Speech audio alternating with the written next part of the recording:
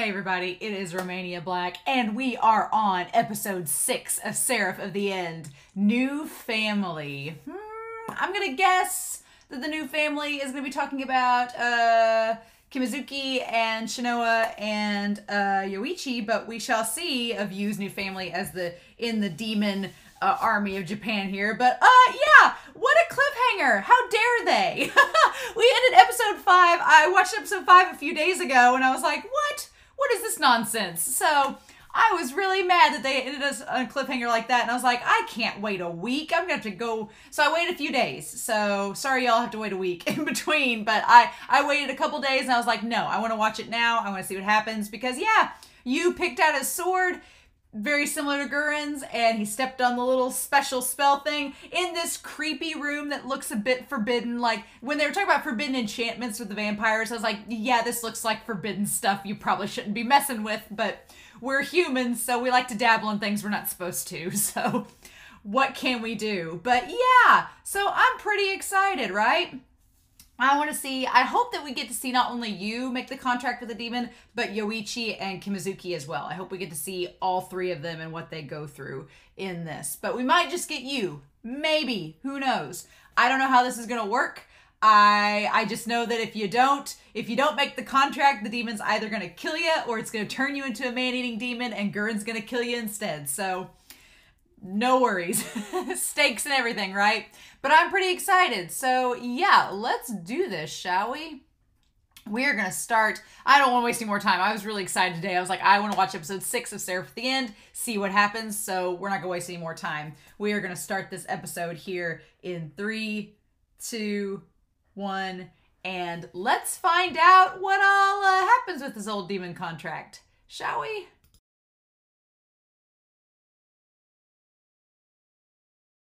Okay. Oh.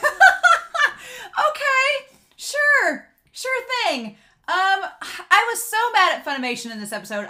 For some reason, when I watch on Crunchyroll, it's not as bad, but Funimation, it lags so bad with my internet service. And it's like if you catch it on a good day, it's fine. If you don't, it sucks. And today was a sucky day. Like, it cut out like 2 or 3 times. I was like, what are you doing? But this episode was really good. So yeah, the idea of the new family being Yu's new family, and there's some interesting concepts in here. The whole idea of making friends makes so much more sense now, because finding out that the demons, they love revenge and lust and hatred. They hate love and camaraderie. They hate the power of the Nakama. So it makes sense, if you have lots of friends, you have people you want to protect, you'll be able to fight off the demon from taking over you. So it's not just a we need friends so that we're not alone and it's for our mental health. No, it's literally so we can survive with these demon powers. Because otherwise, they're like, it's not going to work. If you don't have friends, this demon could eat your heart. You could become like what Yoichi becomes for a hot second. So that is interesting. I like that caveat. It makes much more sense now why Gurren was so pushing to have you accept that he has new friends, because he's like, look, you're a strong kid, but if you don't have anybody else that you're living for or fighting for, then this demon's going to take you over and kill you. So let's not have that happen, shall we? So interesting. Lots of interesting things going on in this. The idea of the demon, I honestly thought Yoichi would have the easiest time, because the one girl, Sayuri, had set up that Yoichi's constitution was like the most apt to fight a demon because he loves so much and he's so compassionate. But here, it's the thing of the demon doesn't care for him at all, because it's like, you have nothing to offer me. Like, you love so much and you're so, passive, that what am I going to get out of this contract? Like, the demon, it seems like the demon and the human have to like compromise. Like, they give power to each other. And the one demon with Yoichi is like, you have nothing to offer me, so why would I even form a contract with you? No, you like too much sugar. And so then we get this whole backstory here. And so Lacus, or Lacus, one of the two, or Lasus, maybe it's Lacus. One of those. Lacus, and what's the other vampire's name? There's Lacus. They were at the very end of the episode. Yeah, Lacus and Reen. So Lacus and Reen or Renee, those two are at the very end. Lacus was given Mika. All the vampires give Mika a hard time because Mika's a human. So it's been turned into a vampire by Cruel. So yeah, they're there. So I can't imagine that's going to be... the question is, did Yoichi know what Lakis and Renee look like because he was under the bed? So if he finds out that they're the ones that killed his sister, I could see that being like a battle thing of him fighting them. Interesting. And so the vampires kind of look like the demons because we see the demon Ashuramaru. We see her. I love that it's a female demon that is in Yu's sword. Fitting. But it's interesting, and I find that it's like two women that give them their power. The female Cruel gives Mika his power as a vampire, and then Ashuramaru, she's a female, feminine-looking demon, probably doesn't have a gender, gives Yu his power. So interesting. Gives me very much Bleach vibes with Shunsui and the female sword that he has. Or I guess it's Bleach spoilers. I've not read Bleach, but Kenpachi. It's kind of the same thing. So, interesting. But yeah, this whole thing of Yoichi's sister when she like blinked open her eyes, for a second I wondered if she was gonna like in the dream turn into a vampire, but no, she just opens her eyes and it's creepy. I was like, no. But yeah, so I'm curious if old Yoichi's gonna have to fight those two vampires. Very curious. It seems like it's all amping up. And we're halfway through season 1. Each season's only 12 episodes, so we're halfway through season 1. What? It just dawned on me during the ED. I was like, well, episode 7's next. And I'm like, wait, we only have 12 episodes in the season. So yeah, we're halfway through of season 1. Crazy talk. Crazy talk indeed. Although Funimation kind of does Funimation does a thing similar to Moriarty the Patriot, where it just lists everything as 24 episodes. It doesn't split it into 2 seasons. So I guess I'm going to view it as 2 cours. So we're like a fourth of the way through the show, I guess, with this episode. And that makes sense. We basically spent this first 6 episodes setting up the new family, how the demon contracts work, getting them their weapons, and now, starting episode 7, we're going to amp up the conflict and go from there. Makes perfect sense, right? So yeah, and I like that we have Yoichi as a kid, and then when the demon comes back, he's older and he's a lot taller, right? So we have him, and then we have Kimizuki with his sister. And it seems like Kimizuki... I want to make note that the virus that's on her face is similar to the splotchy blotch mark that's on the Shinoa man's face and the spot that's on Yu's face from the beginning in the OP, which we didn't see that in this episode, so I'm curious. But the whole virus and everything, and obviously don't spoil me, I'm going to find out. But it's interesting that the virus seems like it's maybe tied to the vampires and the demons. What? Humanity meddling in something that it shouldn't? Never heard of such. So it seems like maybe the humans meddled in something that they should not have, and that's what caused the virus, and it's connected to the demons. I don't know. But anyway, I just noticed that blotch on her face kind of looks similar to what the Shinoa man has, and then what you had in the opening. So yeah.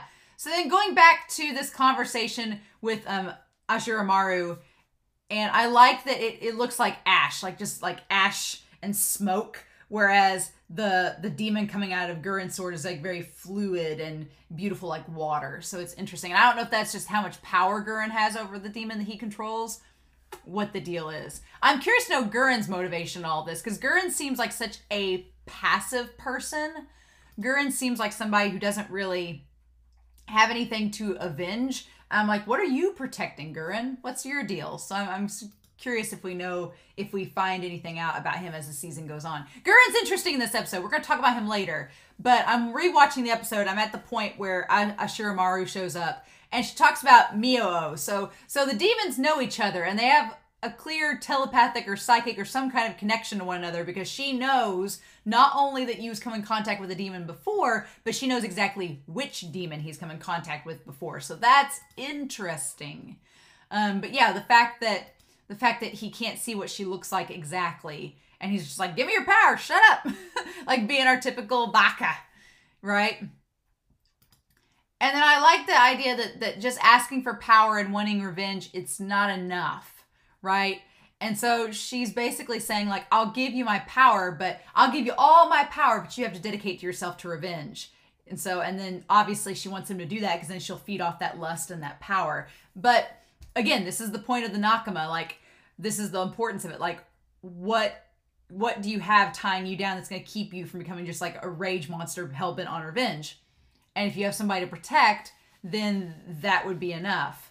And so in Yu's case, up until he realizes he has Yoichi and Kimizuki, his family's dead. So he really only has to avenge them. He doesn't really have them to protect anymore, right?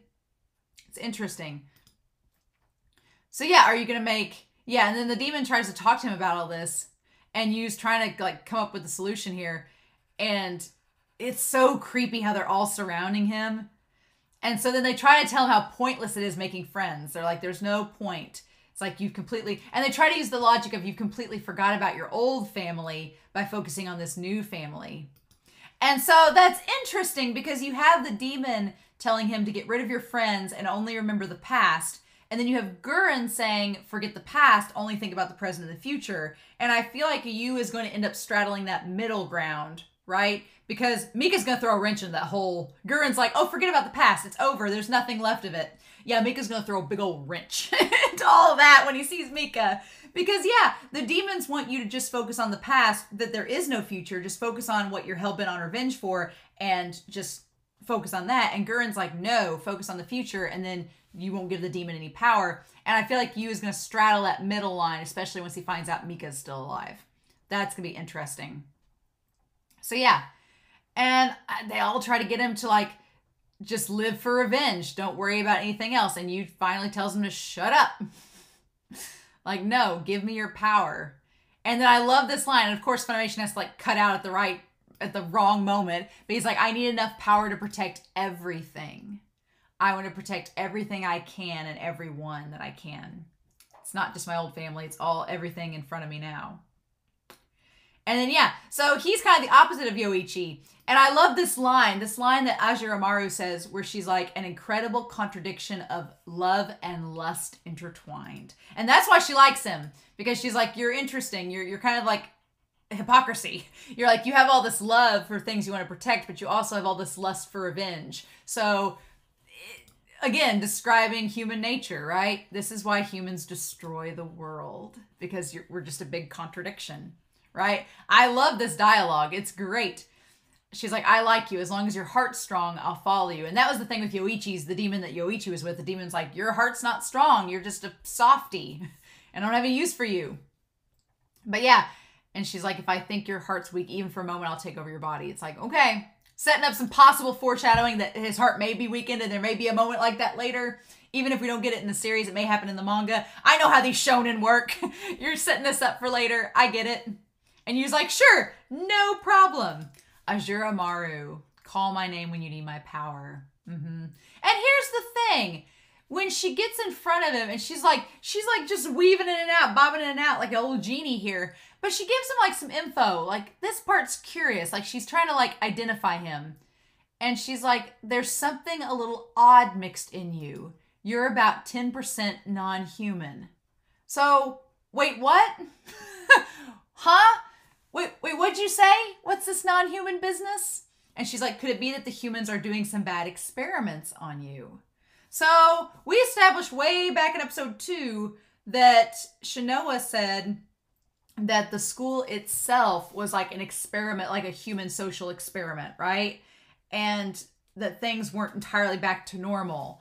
And I'm wondering if this has something to do with the virus not affecting him because he had some non-human elements to him already.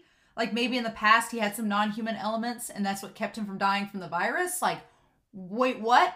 So that little tiny nugget of information, I'm gonna store it in the back of my brain. Don't spoil me. I'm gonna store it in the back of my brain and be like, okay, we'll come back to that. I'm sure that'll come back later. Interesting. All right. But yeah, very curious. Very, very curious. And he's like, what does that mean? She's like, don't worry, it'll come out later. And then I love this. Don't trust humans, you. Humans are scarier than vampires or demons. Like humans are more of a monster than we are. So that's very fascinating because the whole thing with the vampires is the vampires like, we got to wipe out these humans because they're doing stuff they're not supposed to and they're scary but we depend on them to survive. So there's that. And then this demon saying, yeah, y'all are scarier than us and the vampires. So it's interesting. We got a three-way situation here. You have vampires in one corner, you have humans in one corner, you have these demons. And so it's like, how is this all going to shake out? Very curious. It's setting a lot of stuff up, right? I like it. And here's the thing. When she gets closer to him and surrounds him, she's like, well, saying this to a human feels a little weird anyway. And then he's like, excuse me? And then I love the gloves. I love the big black gloves. I love her outfit. But yeah, she looks like a vampire. This whole thing with the demon, she looks like a vampire. She has the pointy ears and the red eyes. So I'm like, so what is the difference then between a vampire and a demon? There clearly is a difference, clearly. But what is it? And so, yeah, because she has the pointy teeth, the eyes, everything. They all look similar. So what's going on?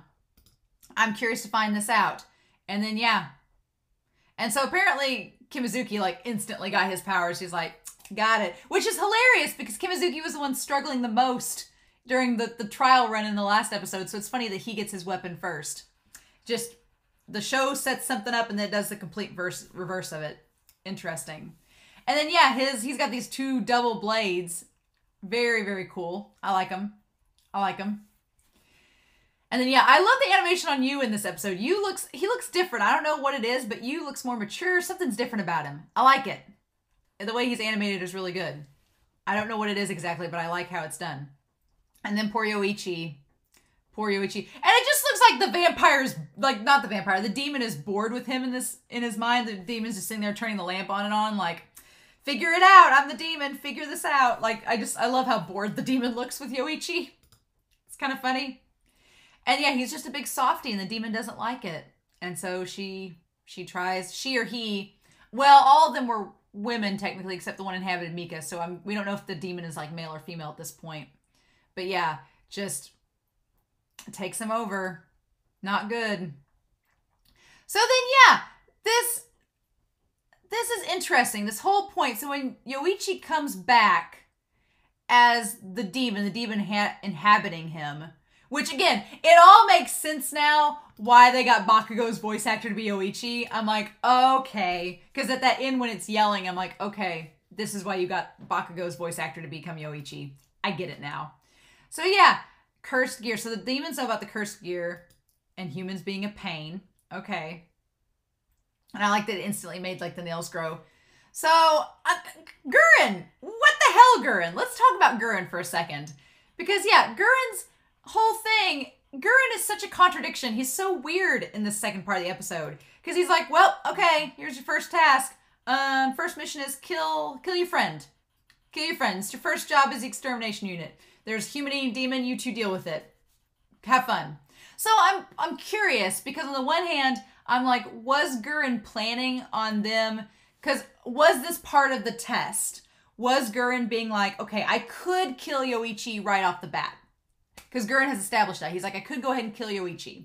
But part of me is thinking that Gurren wanted Yoichi to try to snap out of it. So maybe he was like, okay, this will be a test for our 2 new Japanese demon army members. Can you, 1, bring Yoichi back, proving the power of the Nakama? Can you prove the power of the Nakama and bring him back? That's 1. And 2, do you have the power to resist a demon in trying to do so? So, because I feel like if Gurren had really wanted to, if he really wanted Yoichi dead, he would have just killed him on sight and not made them do it. But it makes him look like a douche lord in this moment here. I was like, excuse me, really? You're going to make them kill their friend? What? But it makes sense now that it was part of the test, right? It was trying to get Yoichi back, and then it was testing them and their skills with their new, and they didn't even pull out, they didn't even use their weapons really, except to defend themselves. I do find it interesting that Gurren's equipment is red, like Mika's, and theirs is all green. That's interesting to me. Like, even Shinoa's is green too, but Gurren's is red, and Mika's is red. So, what's the deal? Curious. Very curious. And then, I love that he just doesn't like Shinoa. Like, Gurren does not like her. She's like, can I share my opinion? He's like, no, be quiet. And granted, that kind of also proves the point that he had this planned out from the start. He was trying to get Yoichi back and was going to use the 2 of them being friends with him to bring him back from that demon state. And he just didn't want to tell Shinoa that because it would, 1, prove that he does care about the 3 of them, and 2, it would kind of foil the plan, right? So, interesting. But yeah, I feel like Shinoa was going to request, she's like, the situation is a little bit dire, right? Why are you making these kids do this? And so, yeah, it's interesting. And yeah. And Gurren, he's like such a troll because he's like, what? It's a demon. It's like, he's hard to read in this episode. He's very hard to read. And it makes sense now at the end that he was just trying to get them to test. And so, but yeah, he's like, if you're proud of being a soldier, hurry up and do what you got to do. You asked for, again, he's kind of putting you on the spot and saying, you asked to be on the front lines. What if this happens in a real battle? What if one of your comrades turns into a demon? What are you going to do about it? Like, you're going to have to fight them. So on the one hand, maybe, yeah, he's trying to get them to help turn Yoichi back. But on the other hand, he's like, if this happens in real life, what are you going to do? And yeah, Yoichi's just really pissed off about it. But yeah, I find the whole color thing curious with Gurren's sword versus theirs. Because you have the green versus the red. And Mika's sword we've established is red. So interesting.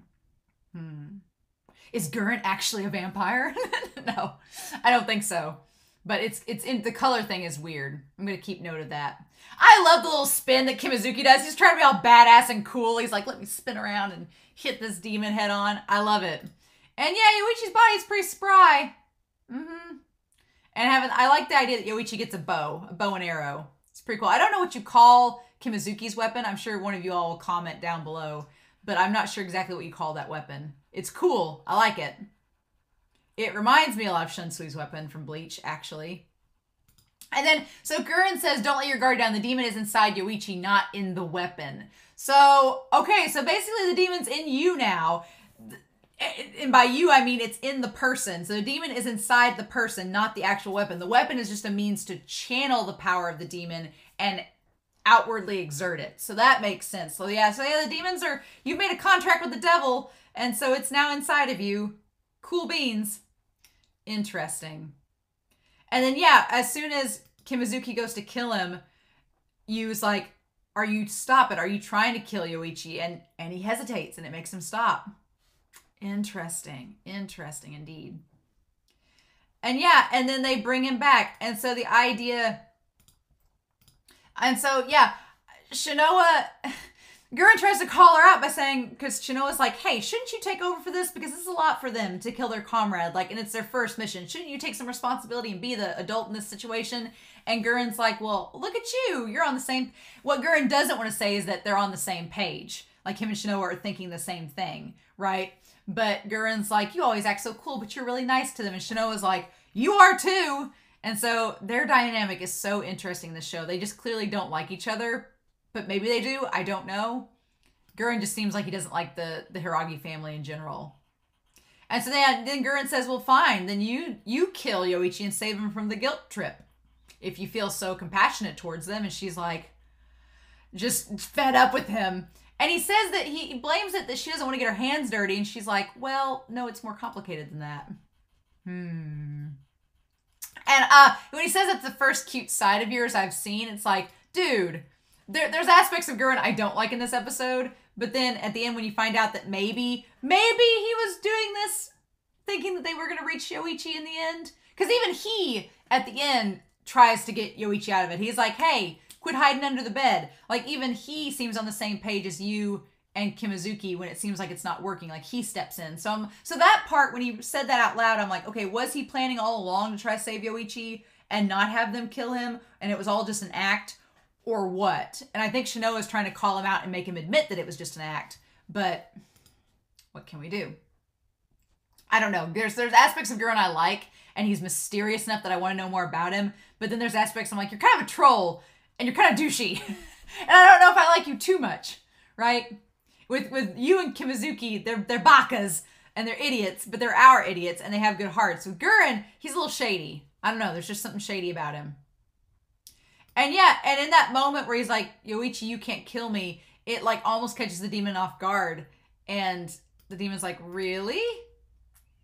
He's like, there's no way you can kill a comrade because you've lost your family in front of you just like I have. And he just throws the sword away. I love it. And yeah, Kimazuki's like, are you crazy? I love it. But then, yeah, they snap Yoichi out of it. Him yell, the power of the Nakama. And I love that both Shinoa and Kimazuki are there to back him up. And right as he's about to fire the arrow at you, that's when Gurren steps in. When Gurren realizes that maybe Yu's words alone aren't reaching him, that's when he's like, are you going to stay under the bed and watch your family die again? Like, your family died once because you didn't come out and protect them. Are you going to just stand there and not do anything? Or are you actually going to stand up and fight. So that makes me think that all along Yoichi wanted, that Gurren wanted Yoichi to come out. He just wanted to see if you and Kimizuki could do it first. He didn't want to get his hands dirty, basically. And he didn't want to reveal that he actually cares about these kids, which he does. But then, yeah. And that's when Yoichi, I love the scene under the bed where Yoichi sees his sister for the last time. And when he reaches out towards her, I love the light hits his hand. And I love that it transitions from him being a child to him being an adult. They did that with you earlier in like episode 4. And it was really, really effective. I liked it a lot. Or in episode 3, rather. It was really effective. I liked it. So, yeah, I love this idea. He's like, the power to protect those who are dear to me. And that's when, like, he says, I love this idea. The power to destroy all my enemies is what I want from you. So he's like, I don't want revenge. I want power to protect people and destroy those that would hurt them. And that's what gets the demon to be like, okay, that's different than what you said earlier. And then, yeah. And then he still has the little devil horns, but then I guess they go away. And yeah, the arrow fires and it misses you. And I just love that he just throws the bow away and he's just like, runs into his arms like a damn cinnamon roll. And hugs you. And you, bless his heart, I'm like, you are a secret softie for sure. Because that little gentle head pat that he does on Yoichi's head when he just gently pats his head and tells him good job for coming back. It's like, aww. And that little face, that's so sweet. I love it. I love it. Yu doesn't want to admit it, but he really does care about people. He is compassionate. Look at him. And so yeah, that. And then Gurren's like, I like that Gurren kicks you for being late coming back. I'm like, what did you do? I feel like Gurren is the embodiment of the tuxedo mask meme where he's like, my work here is done. And Shinoa's over here like in Sailor Moon garb going, you didn't do anything. And he just like flies off. That's how I feel Gurren is in this. Absolutely. Mm-hmm. Very shonen indeed. And then, yeah, Shinoa's like, oh, you just didn't want to admit that you really cared about him, huh? And he's like, shut up. And then, yeah, he gets on Yoichi. He's like, you have a gift, and you feel guilty for not helping your sister. And then, yeah, he tells, and that's when he tells you, he's like, this is your family now. Like, these are your new family. These are the ones you need to protect. Forget about the ones in the past. They're dead. Let them rest in peace, but you need to move on. And, yeah, that'd be great and all if they all were dead. But they're not. And so, yeah, we're all setting up here for them all to meet up, right? We're setting up to meet the vampires. Uh-huh. We're all setting them up. The vampires are going to go meet in Tokyo. They're all going to meet down there. And it's all being set up for this. So the tension of the meeting and the reunion between Mika and Yu, they're going to make us wait so long until these two meet up again. But I'm so hyped for it. But yeah, so Yu's got his newfound family, Found Family 2.0. They've all got weapons. Gurren's mysterious and kind of a douche. Shinoa has a heart, supposedly. We've got our 3 boys all set up here. I like it. And we're set for our first mission. So yeah, first fourth of the season's over. I'm digging it so far. I really liked this episode a lot. And aside from Gurren being mysterious up until the end, I really like it. And I like that. Poor Mika. I feel for Mika. He's just stuck with all these vampires like, I hate my existence. I have no choice. I'm stuck here. I just want to protect you and find him again. I feel for him. I really do. At least he doesn't have to sit next to Farid. That's the only good thing about this. He doesn't have to sit next to Farid during all this. Although these other guys, Lucas and Renee, they seem just as bad. So, but I'm curious to know your thoughts down below. Please don't spoil me. I don't want to be spoiled. There's a lot of foreshadowing and setup in this episode that's curious to me. And I'm like, okay, what we gonna do with this show? So I'm really curious to see how it goes down. But we'll cross that bridge when we get to it. So in the meantime, I hope you all have a wonderful week. Please stay safe, take care, and yeah, I'll be back soon with episode 7 of Seraph of the End. Bye.